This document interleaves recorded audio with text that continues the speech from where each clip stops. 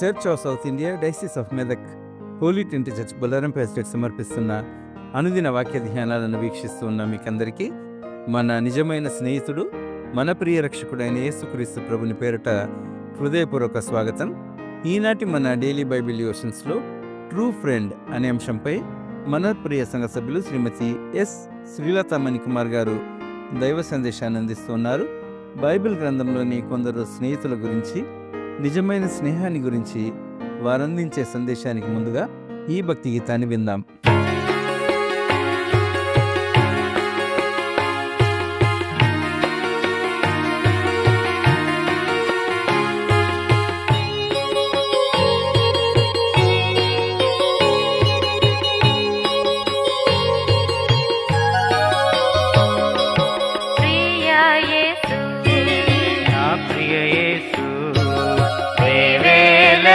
నా ప్రియాతి ప్రియుడు, నా ఏకాంతము నానాదుడు, ప్రియ యేసు, నా ప్రియ యేసు, వేవేలలో నా ప్రియాతి ప్రియుడు, నా ఏకాంతము నానాదుడు, నా ఏకాంతము నానాదుడు.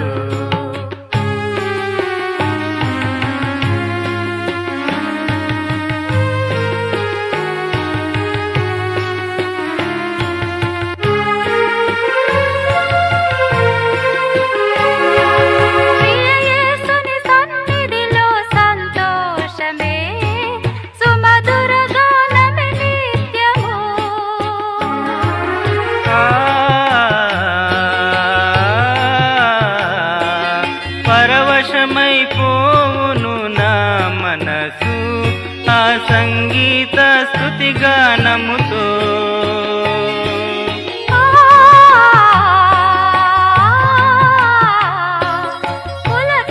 పులకింపజేయగా ప్రియుడేసుని మోము నే పాడెదనా స్తుతి గీతము, పులకింపజేయగా ప్రియుడేసుని మోము నే పాడెదన స్తుతి గీతము. ప్రేమమయుడు ధవల రత్నవర్ణుడు నా ప్రియుడేసు, 10,000లో అతి కాంక్షణీయుడు, 10,000లో అతి కాంక్షణీయుడు.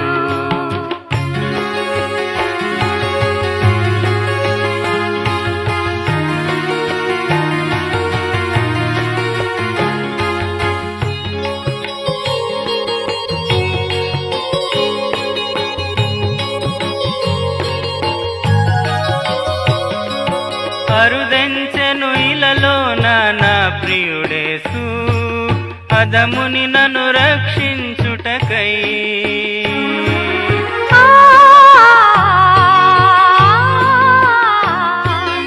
ఆకర్షించెను నన్ను అతి ప్రేమతో, ఆహ్వానించెను తన రాజ్యముకై.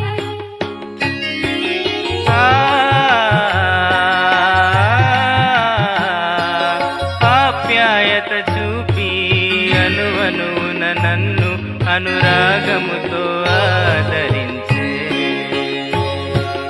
ఆప్యాయత చూపి అనువనున నన్ను అనురాగముతో ఆదరించే.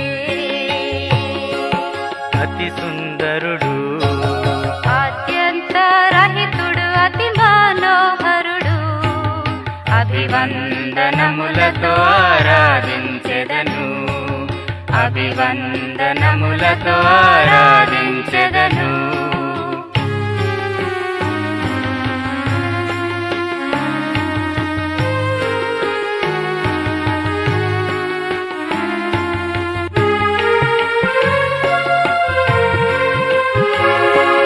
నవవధువుగా వరుడేసు నన్నెన్నుకొని నాకై ప్రాణమునిచ్చెను,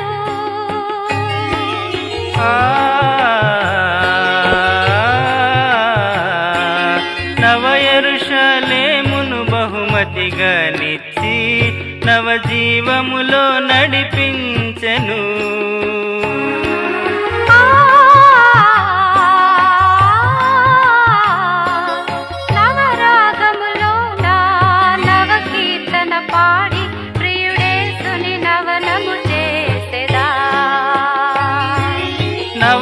రాగములో నా నవ కీర్తన పాడి ప్రియుడేసుని నవనము చేసెదా.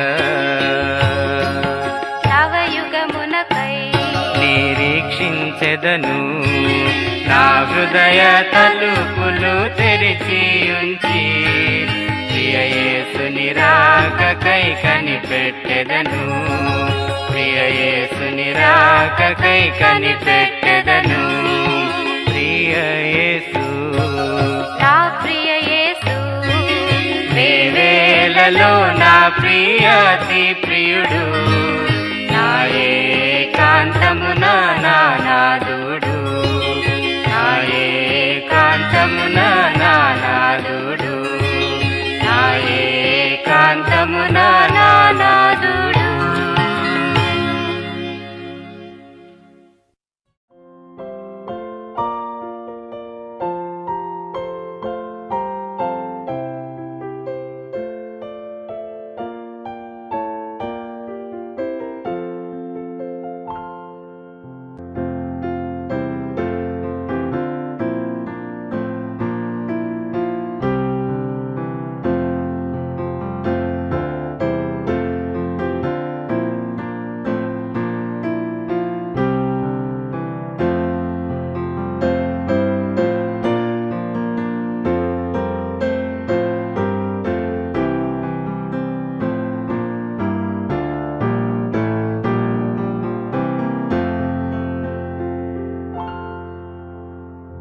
ప్రభువైన యేసుక్రీస్తు నామంలో సంఘం అంతటికి డైలీ డివోషన్కు ప్రేమపూర్వక స్వాగతం అండి. అందరూ బాగున్నారా? మరొక రోజు ఇలాగా మిమ్మల్ని కలుసుకోవడము మరి ఎంతో సంతోషకరంగా ఉంది. ఈరోజు మనము కొద్దిసేపు దేవుని వాక్యాన్ని చూసుకుందాము. ప్రతిరోజు దేవుని వాక్యముతో ఆరంభించడము మనకెంతో మేలు, మనకెంతో ఆశీర్వాదం కదా. ఉదయాన్నే అనేకమైనటువంటివి మరి చూస్తూ ఉంటారు లోకంలో కదా. పేపర్ కొరకు వెయిట్ చేస్తూ ఉంటారు చాలామంది. కొంతమంది టీ కొరకు వెయిట్ చేస్తూ ఉంటారు. తెల్లారగానే మొహం కూడా కడుక్కోకుండా టీ తాగాలని ఇష్టపడతా ఉంటారు. అయితే దేవుని బిడలమైనటువంటి మనకు కూడా ఆకలి ఉండాలి, దాహం ఉండాలి. దేని కొరకు అంటే దేవుని యొక్క వాక్యము కొరకు. ఆ ఆకలి, ఆ దాహము మనలో ఉంటే మనము జీవము కలిగినటువంటి వారముగా ఈ లోకంలో అనేకులకు జీవాన్ని పంచుతూ జీవించగలుగుతాం. సరే, మనం వాక్యంలోనికి వెళ్దామా అండి. సామెతలు 17వ అధ్యాయము 17వ వచనము. నిజమైన స్నేహితుడు విడువక ప్రేమించును, దుర్దశలో అట్టివాడు సహోదరుడుగా ఉండును. చిన్న ప్రార్థన చేసుకుందామా? కళ్ళు మూసుకోండి. ప్రేమగల తండ్రి, సర్వోన్నతుడా, మా నిజమైన స్నేహితుడా, మీ పరిశుద్ధ నామమునకు వందనాలు, స్తోత్రములు నాయన. ఇదిగో ప్రవ్వా, మాకు దేవుడవుగా ఉండుటకు మీరు ఇష్టపడినందుకై మిమ్మల్ని స్తుతిస్తూ ఉంటున్నాను నాయన. మీ యొక్క ప్రజలుగా, మీ సొత్తుగా మమ్మల్ని చేసుకున్నందుకై వందనాలు. యెహోవా దేవుడుగా గల జనులు ధన్యులు, ఆయన తనకు స్వాస్థ్యముగా ఏర్పరచుకున్నటువంటి ప్రజలు ధన్యులు. అటు ధన్యులుగా మీరు మమ్మల్ని చేస్తూ వచ్చినారు. అంతేకాదు నాయన, ప్రతి దినము నీ మాట చేత మమ్మను బలపరుస్తూ ఈ లోకంలో నడిపిస్తున్నటువంటి విధానముకై స్తోత్రాలు చెల్లిస్తా ఉన్నాను. నీ మాటయే లేకపోతే మేమేమైపోదుమో నాయన. జీవం కలిగినటువంటి నీ మాటలను బట్టి ప్రభా మీకు కోట్ల కోట్ల స్తుతులు చెల్లించుకుంటూ నా ప్రభువును రక్షకుడు నైన యేసుక్రీస్తు నామంలో ప్రార్థించి స్తుతించి వేడుకుంటున్నాను తండ్రి, ఆమేన్. నిజమైనటువంటి స్నేహితుడు విడువక ప్రేమిస్తాడంట, దుర్దశలో అట్టివాడు సహోదరుడుగా ఉంటాడంట. పరిశుద్ధ గ్రంథములో మరి నిజమైనటువంటి స్నేహితుని గురించి మాట్లాడుతూ ఉంది. అంటే అబద్ధపు స్నేహితులు కూడా ఉంటారనే కదా దాని అర్థం. నిజమైన స్నేహితుడు అని చెప్తా ఉన్నారంటే కపట స్నేహితులు ఉంటారు, అబద్ధ స్నేహితులు ఉంటారు, మోసపుచ్చే స్నేహితులు ఉంటారు అని చెప్పి దాని అర్థం. మరి మనము ఈ లోకంలో జీవిస్తూ ఉన్నప్పుడు దేవుని బిడలముగా ఏ విధంగా జీవించాలో మన గురించి అన్నీ రాస్తూ వచ్చాడు. ఒక కుమార్తె ఎట్లా ఉండాలి, భార్య ఎట్లా ఉండాలి, అత్త ఎలా ఉండాలి, కోడలు ఎలా ఉండాలి, తండ్రి ఎలా ఉండాలి, కుమారుడు ఎలా ఉండాలి, స్నేహితుడు ఎలా ఉండాలి, దాసుడు ఎలా ఉండాలి, ఎవరితో మనం ఎలా ప్రవర్తించాలి, ప్రతిదీ కూడా పరిశుద్ధ గ్రంథంలో పుట్టుక నుండి మరణము వరకు మన జీవితంలో మనం ఎలా ఉండాలో, ఏం చేయాలో, ఏం చేయకూడదో రాయబడుతూ వచ్చింది. అదేనండి పరిశుద్ధ గ్రంథానికి ఉన్నటువంటి గొప్పతనం. మన దేవుని వాక్యానికి ఉన్నటువంటి గొప్పతనం ఏంటి అనంటే ఇదే. మరి చూద్దామా, పరిశుద్ధ గ్రంథంలో కొంతమంది స్నేహం చేస్తూ వచ్చారు, కొందరు వ్యక్తులు స్నేహం చేస్తూ వచ్చారు. వారి యొక్క స్నేహం ఎలాగుంది అని చెప్పి మనం చూసుకున్నట్లయితే, మొదటి సమూయేలు రాసినటువంటి గ్రంథము 18వ అధ్యాయము 1వ వచనంలో మనం చూసినట్లయితే అక్కడ ఇద్దరు స్నేహితులు ఉన్నారు. మీకు అందరికి ఇప్పటికే అర్థమైపోయి ఉంటది కదా ఎవరు ఆ స్నేహితులు అన్నది. పరిశుద్ధ గ్రంథంలో స్నేహితులు అని చెప్పుకున్నప్పుడు గొప్ప స్నేహం అంటే దావీదు యోనాతాను యొక్క స్నేహం. వీరి యొక్క స్నేహము మరి చూడండి 4వ వచనంలో ఉంటది కదా. మరియు యోనాతాను తన దుప్పటిని, తన కత్తిని, తన విల్లును, నడికట్టును తీసి దావీదునకు ఇచ్చెను. దావీదు సౌలు తనను పంపిన చోట్లకెల్లా పోయి సుబుద్ధి గలి పని చేసుకొని వచ్చెను. చూడండి ఇక్కడ 3వ వచనంలో చూసినట్లయితే, దావీదు తనకు ప్రాణ స్నేహితుడని భావించుకొని అతనిని ప్రేమించుచు యోనాతాను అతనితో నిబంధన చేసుకొనెను. యోనాతాను దావీదును ఎలా భావిస్తా ఉన్నాడంట? ప్రాణ స్నేహితునిగా భావిస్తా ఉన్నాడంట. మరి మనకు కూడా ప్రాణ స్నేహితులు ఉంటారు కదా. స్నేహితులు చాలా మంది ఉంటారు, కానీ ప్రాణ స్నేహితులు వేళ్ళ మీద మనము లెక్క పెట్టుకోవచ్చు. అయితే యోనాతాను జీవితంలో కూడా ఒక ప్రాణ స్నేహితుడు ఉన్నాడు. ఆయన పేరు దావీదు. ఎందుకు మరి దావీదుతో స్నేహం చేస్తూ వచ్చాడు అనంటే, స్నేహము ఎందుకు కలుగుతుంది అనంటే ఏం చెప్పలేము అంటారు కదా. అలా కలిగింది మా ఇద్దరికి స్నేహం అంటారు. అయితే యోనాతాను ఎందుకు స్నేహం చేస్తూ వచ్చాడంటే, దావీదు సుబుద్ధి కలిగినవాడంట. సుబుద్ధి కలిగినవాడు, ప్రతి విషయములో కూడా సుబుద్ధి కలిగి ప్రవర్తిస్తూ వచ్చాడంట. మరి 15వ వచనంలో చూసినట్లయితే దావీదు 14:15లో, మరియు దావీదు సమస్త విషయములలో సుబుద్ధి కలిగి ప్రవర్తింపగా యెహోవా అతనికి తోడై ఉండెను. చూడండి, యెహోవా దావీదుకు తోడై ఉన్నాడు.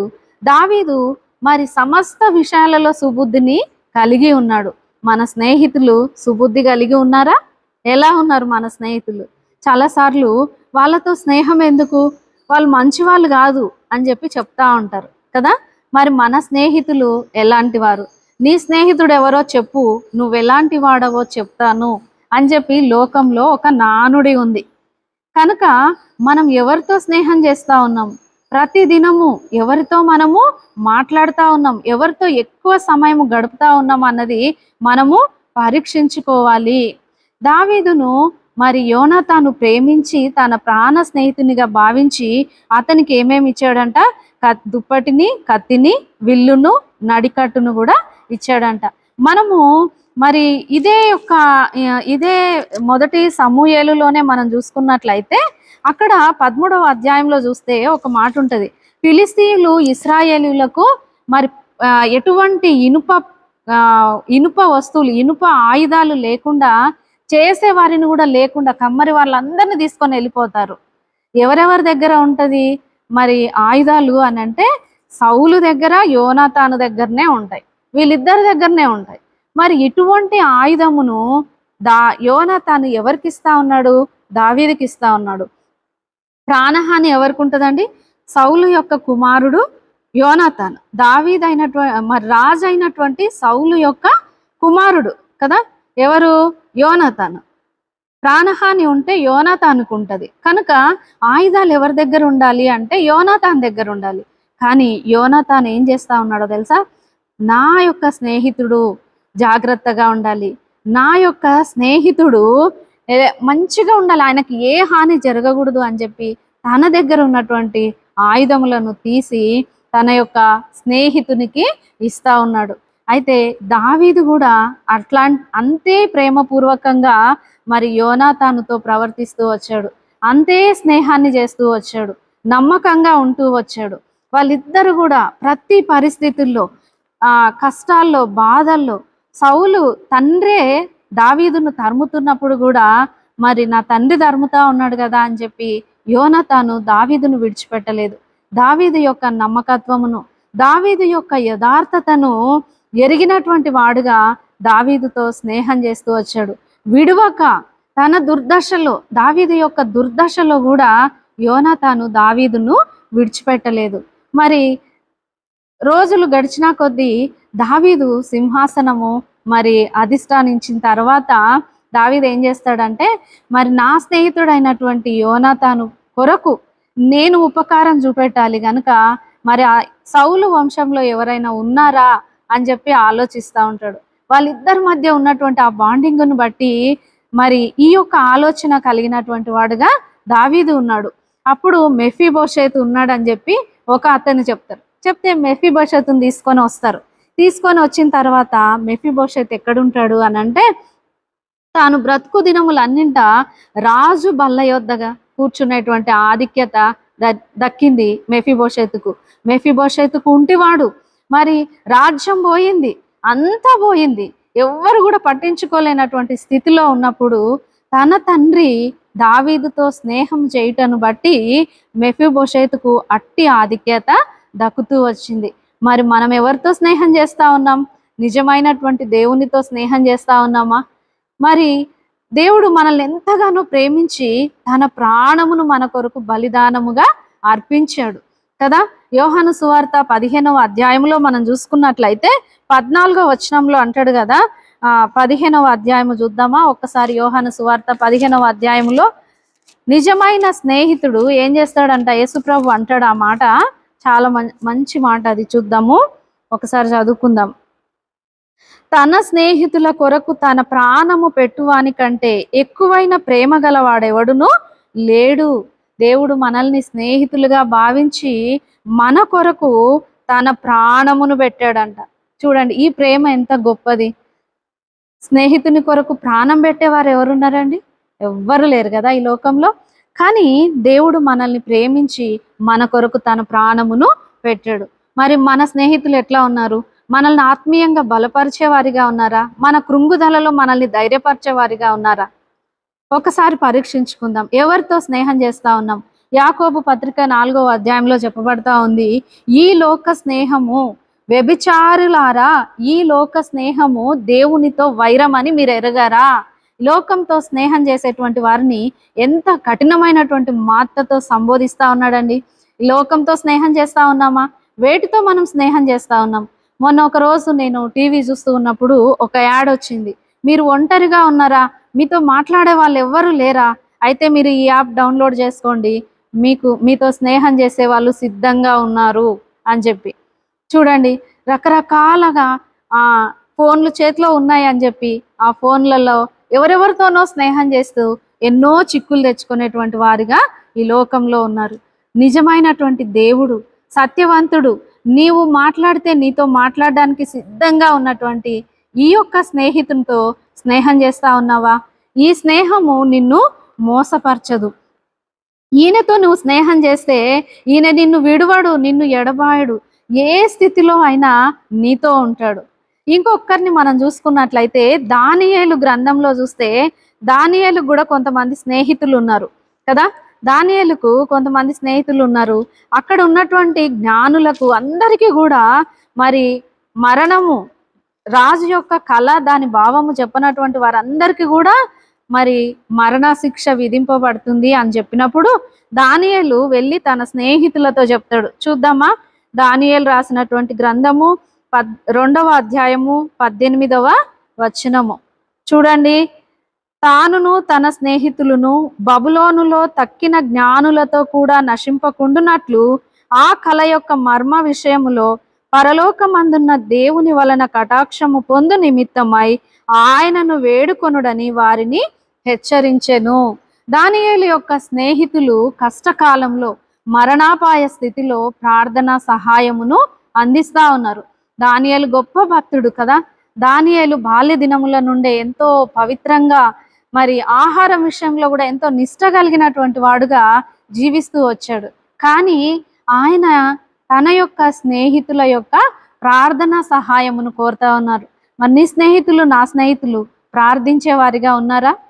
ప్రార్థించేటువంటి వారితో స్నేహం చేస్తా ఉన్నావా? కలహించేటువంటి వారితో స్నేహం చేస్తా ఉన్నామా? ఇక్కడ మాటలు అక్కడ, అక్కడ మాటలు ఇక్కడ చెప్పేటువంటి వారితో స్నేహం చేస్తా ఉన్నామా? నిజంగా లోక సంబంధమైనటువంటి మాటలు ఎంతో తీయగా ఉంటాయి. అటువంటి మాటలు వింటా ఉంటే మరి ఆ టైం ఎలా గడిచిపోతుందో తెలియదు కదా. కనుక మన సమయాన్ని మనం నష్టపరుచుకున్న వారం అవుతాం. ప్రార్థించేటువంటి వారితో మనము స్నేహం చేయాలి. మన స్నేహితులు ప్రతి దినము ఫోన్లో మాట్లాడుతున్నప్పుడు, ఈరోజు ప్రార్థన చేసావా, బైబిల్ చదివావా, అయితే దేవుని వాక్యము నీతో ఏం మాట్లాడింది, దేవుని వాక్యము నీతో ఏ విధంగా నిన్ను సరిచేస్తూ వచ్చింది, ఏదైనా నీకు అర్థం కాని విషయం ఉందా, నాకు ఈ విషయం అర్థం కాలేదు అని నీ స్నేహితులతో నువ్వు షేర్ చేసుకోగలుగుతా ఉన్నావా, చెప్పగలుగుతా ఉన్నారా? అటువంటి స్నేహితులు నీకు ఉన్నారా? ఎంతసేపు లోక సంబంధమైనటువంటి ముచ్చట్లతో మన స్నేహాన్ని గడుపుతా ఉన్నామా? ఫంక్షన్స్, పెళ్ళిళ్ళు, ఇలా ఏవేవో విషయాలలో స్నేహితులు మనల్ని పిలవాలి, వాళ్ళ దగ్గరికి మనం వెళ్ళాలి, వాళ్ళతో సమయాన్ని గడపాలి అని మనం కోరుకుంటూ ఉంటాం. అయితే ప్రార్థించేటువంటి స్నేహితులు కావాలి. ప్రార్థించేటువంటి స్నేహితులు, నా ఆత్మీయ జీవితమును సరిచేసేటువంటి స్నేహితులు ఈ లోకంలో మనకు అవసరం. అటువంటి వారితో మనము స్నేహం చేస్తే మన ఆత్మీయ జీవితము మరి వృద్ధి చెందుతుంది, బలపడుతుంది. కష్ట సమయంలో వారి ప్రార్థన మనకు సహాయకంగా ఉంటది. దానియేలు యొక్క స్నేహితులు దానియేలుకు ప్రార్థన సహాయమును అందిస్తూ వచ్చారు. ఇంకా కొంతమంది స్నేహితులను మనం చూసుకున్నట్లయితే మరి మొదటి రాజులు 5వ అధ్యాయము 1వ వచనంలో మరి ఇక్కడ దావీదుకు హీరాము అనేటువంటి ఒక స్నేహితుడు ఉన్నాడు. దేవుని మరి మందిరము కట్టుట కొరకు దేవదారు పలకలను సొలొమోనుకు పంపించాడు ఈ హీరాము మరి దావీదు చనిపోయిన తర్వాత కూడా, దావీదు తదనంతరము కూడా సొలొమోనును ప్రేమిస్తూ వచ్చాడు. దావీదును బట్టి మందిరము కట్టే విషయంలో దావీదుకు సొలొమోనుకు సహాయం చేస్తూ వచ్చాడు. మరి మందిరానికి వెళ్ళుటలో నా స్నేహితులు మనల్ని పురికొల్పుతా ఉన్నారా? ఎందుకు మందిరానికి రాకుండా ఆగిపోయావు, మరి వారకూడికలకు నువ్వు ఎందుకు రావట్లేదు అని చెప్పి పురికొల్పే వారిగా ఉన్నారా? రాకపోతే రాకపోయిందిలే, రావద్దు, నేను కూడా వెళ్ళను అని వెనుకకు లాగుతా ఉన్నారా? ఎలా ఉన్నారు మన స్నేహితులు? ఒకసారి మనం పరీక్షించుకోవాలి. ఆత్మీయ జీవితంలో మరి పోరాటము, క్రైస్తవ జీవితంలో పోరాటాలు కుటుంబంలో ఉంటాయి, సమాజంలో ఉంటాయి, సంఘంలో ఉంటాయి. అంత మాత్రాన మనం వెనకడుగు వేయొద్దు. ఆత్మీయమైనటువంటి స్నేహితులు మనల్ని పురికొల్పుతారు, బలపరుస్తారు, ప్రార్థనలో నడిపిస్తారు, మందిరానికి వెళ్ళుటలో మనల్ని పురికొల్పి సహకరిస్తారు. మరి నడిపించే విషయంలో కూడా వాళ్ళు ముందుండి మనల్ని తీసుకొని వేస్తారు. నేనున్నాను రా అని చెప్పి పిలిచేవారిగా ఉంటారు. అటువంటి స్నేహితులను మనము సంపాదించుకోవాలి. నీవు నేను దేవుని ఆలయమై ఉన్నాం. మరి ఈ యొక్క దేవుని ఆలయంగా మనం కట్టబడుట కొరకు మన యొక్క స్నేహితులు కూడా మనకు సహకరించేటువంటి వారిగా ఉండాలి. మరి మనం చూసుకున్నాం కదా, యోహాను సువార్త 15వ అధ్యాయము 13వ వచనంలో మరి మన స్నేహితుడు మరి మన కొరకు ప్రాణం పెట్టాడని మనం చూసుకున్నాం. మన స్నేహితుడు యేసుక్రీస్తు. నేను మిమ్మల్ని దాసులని పిలువను, స్నేహితులని పిలుస్తా అన్నాను అంటాడు. మరి అక్కడికి ఆ యేసు ప్రభు కూడా తన పని కొరకై కొంతమందిని పిలుస్తాడు. పని కొరకు కొంతమందిని పిలిచినప్పుడు మత్తయి సువార్త 20వ అధ్యాయము 13వ వచనంలో తన తోటలో పని చేయడానికి కొంతమందిని పిలిచినప్పుడు వాళ్ళు వస్తారు. వచ్చిన తర్వాత చివరిగా మరి రకరకాల సమయాలలో వస్తారు. అయితే చివరిగా సాయంకాలం కూలిచ్చే టయానికి ఉదయకాలం వచ్చినటువంటి వాళ్ళు సనుక్కుంటారు. ఉదయం మేము వచ్చాము, ఎండకు మేము పని చేసాము, మాకు ఇంతకుముందు వచ్చినటువంటి వారికి ఒకే కూలి ఇస్తా ఉన్నాడు అంటే అక్కడ యజమానుడు ఏమని పిలుస్తాడు? స్నేహితుడా అని పిలుస్తాడు. పనివాడిని కూడా స్నేహితుడా అని పిలుస్తా ఉన్నాడు. ఎంత ఆధిక్యత! నిజంగా మనము లోకంలో వేటికో దాసులమై ఉంటిమి కదా, దాసులమై ఉన్నాం. ఆయన స్నేహితులము అని పిలువబడడానికి మనకు ఎటువంటి యోగ్యత లేదు. కానీ ఆయన మనల్ని స్నేహితుడా అని పిలిచి, స్నేహితురాలా అని పిలిచి మన కొరకు తన ప్రాణం పెట్టి మరి సమాధి చేయబడి తిరిగి లేచినాడు. ఈరోజు ప్రతి దినము నీతో నాతో ముచ్చటించుటకు ఆయన సిద్ధంగా ఉన్నాడు. ప్రార్థన ద్వారా నువ్వు ఆయనతో మాట్లాడితే, వాక్యము ద్వారా నీతో మాట్లాడడానికి ఆయన సిద్ధంగా ఉన్నాడు. ఆయన స్వరము నీ వింటే ప్రతిదినము ఆయనతో మాట్లాడే అనుభవం నీకుంటే, ఆయన స్వరం వినేటువంటి అనుభవం నీకుంటే మరి ఎంతో ధన్యుడవు, ఎంతో ధన్యురాలివి. అటువంటి నిజమైనటువంటి స్నేహితుని మనం కలిగి ఉందాం. ఈయన మన దుర్దశలో మనల్ని విడువడు, మనల్ని విడువక ఎడబాయక శాశ్వతమైనటువంటి ప్రేమతో మనల్ని ప్రేమిస్తున్నాడు. అటువంటి స్నేహంలోనికి మనం అందరం వచ్చినట్లు దేవుడు తన కృప మనకు దయచేయునుగాక. ఆమేన్.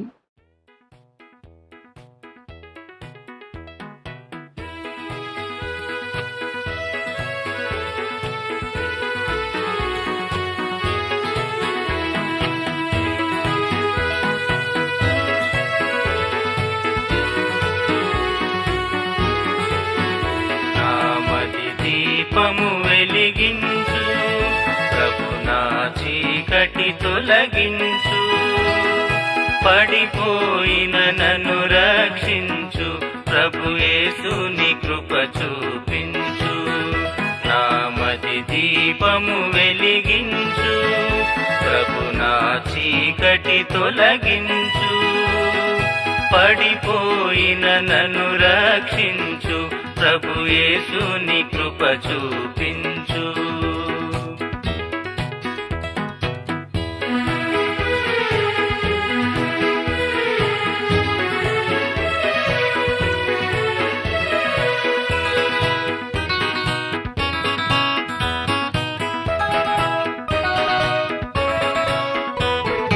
యాంత్రికమైన ఈ జీవితముతో దుష్కృతమాయే బ్రతుకు, యత్నములన్నీ విఫలములయ్యే, యాతనలు వెంటాడే.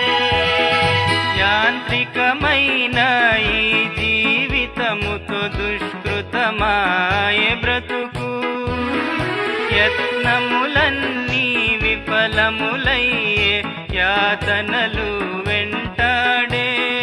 నీ యాగము నాకందించి నాయకములు బాపుము యేసా, యజమానిగా నాతో నుండి యథార్థతలో నడిపించు. నామది దీపము వెలిగించు ప్రభు, నా చీకటి తొలగించు, పడిపోయిన నన్ను రక్షించు ప్రభు, యేసుని కృప చూపించు.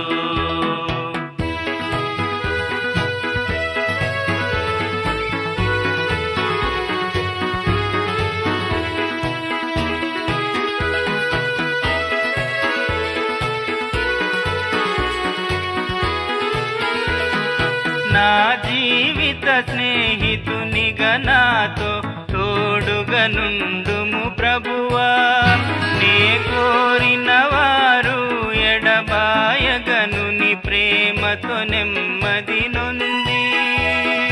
నా జీవిత స్నేహితునిగా నాతో తోడుగా నుండుము ప్రభువా, నీ కోరిన వారు ఎడబాయగను, నీ ప్రేమతో నెమ్మది నొంది. సదా జీవింతుని కొరకై, నన్ను మరువని నీ కృప కొరకై, మృదు మధురం నీ స్నేహం, తన త్యాగమైన నీ స్నేహం. నామది దీపము వెలిగించు ప్రభు, నా చీకటి తొలగించు, పడిపోయిన నన్ను రక్షించు ప్రభు, యేసుని కృప చూపించు. పడిపోయిన నన్ను రక్షించు ప్రభు, యేసుని కృప చూపించు. పడిపోయిన నన్ను రక్షించు ప్రభు.